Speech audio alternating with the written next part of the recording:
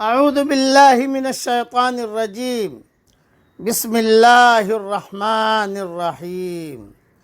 سورہ بقرہ کی آیت پڑھ رہا ہوں، آیت نمبر 222۔ وَيَسْأَلُونَكَ عَنِ الْمَحِيضِ، اور وہ تم سے حیض کا حکم پوچھتے ہیں پیارے نبی۔ قُلْ هُوَ أَذًى، اے نبی آپ کہہ دیں کہ وہ ایک گندگی ہے۔ فَاعْتَزِلُوا النِّسَاءَ فِي الْمَحِيضِ، پس حیض کی حالت میں عورتوں سے الگ رہو۔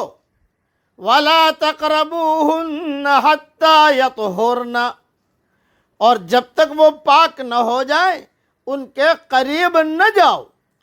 فَإِذَا تَطَهَّرْنَ فَأْتُوهُنَّ مِنْ حَيْثُ أَمَرَكُمُ اللَّهُ، پھر جب وہ اچھی طرح پاک ہو جائیں تو اس طریقے سے ان کے پاس جاؤ جس کا حکم اللہ نے تم کو دیا ہے۔ ان اللہ یحب التوابین ویحب المتطہرین، اللہ محبوب رکھتا ہے توبہ کرنے والوں کو، اور وہ محبوب رکھتا ہے پاک رہنے والوں کو۔ اس آیت کی تھوڑی سی تشریح سن لیجئے۔ حالت حیض میں جماع کرنا حرام ہے۔ مسلمانوں کو ہدایت دی گئی ہے کہ وہ حالت حیض میں اپنی عورتوں سے جماع نہ کریں، اس لیے کہ یہ خون ناپاک اور گندا ہے۔ ایسا کرنے میں میاں بیوی دونوں کے نقصانات ہیں۔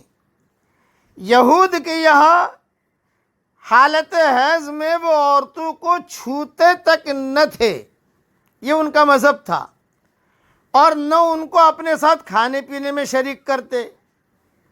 عورت کی حیثیت ان کی نظر میں ایک بیماری اور ناپاکی کی ہو جاتی۔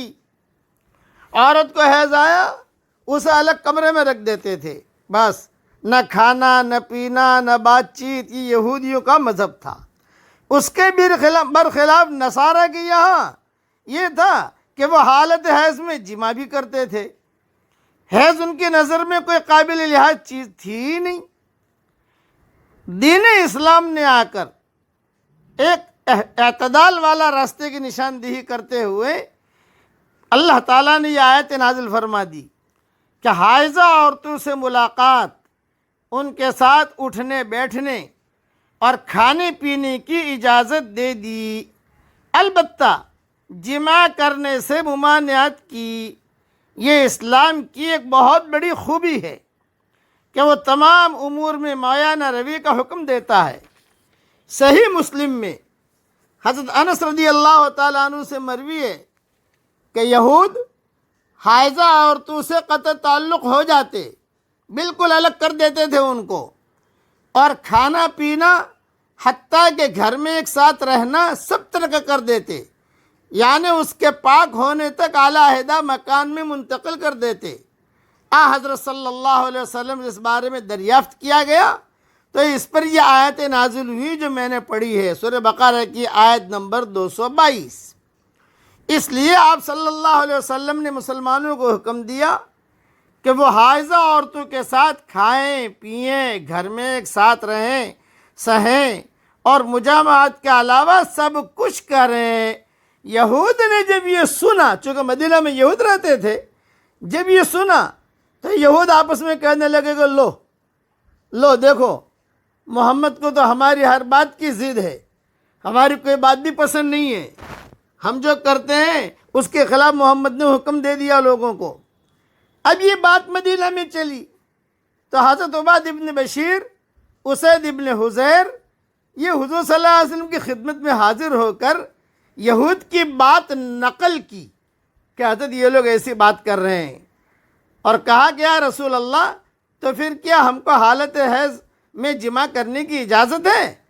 یہ سن کر آپ کا چہرہ متغیر ہو گیا ایک دم۔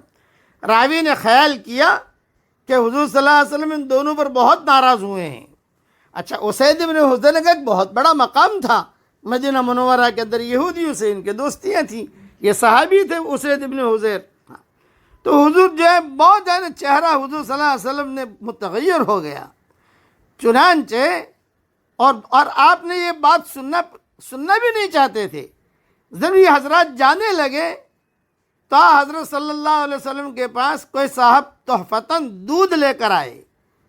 آپ نے ان کے پیچھے پیچھے آدمی بھیج کر انہیں بلایا اور وہ دودھ کہا کہ لو چلو دودھ پی لو. اب معلوم ہو گیا کہ حضور صلی اللہ علیہ وسلم کی ناراضگی ختم ہو گئی ہے. یہ آپ صلی اللہ علیہ وسلم کے اخلاق تھے. پہلے تو منہ بگاڑ گئے، یہ کیا بات کر رہے ہو تم، یہودیوں کی بات کرنے دو، ہم تو اللہ کا جو حکم ہے اسے پورا کریں گے.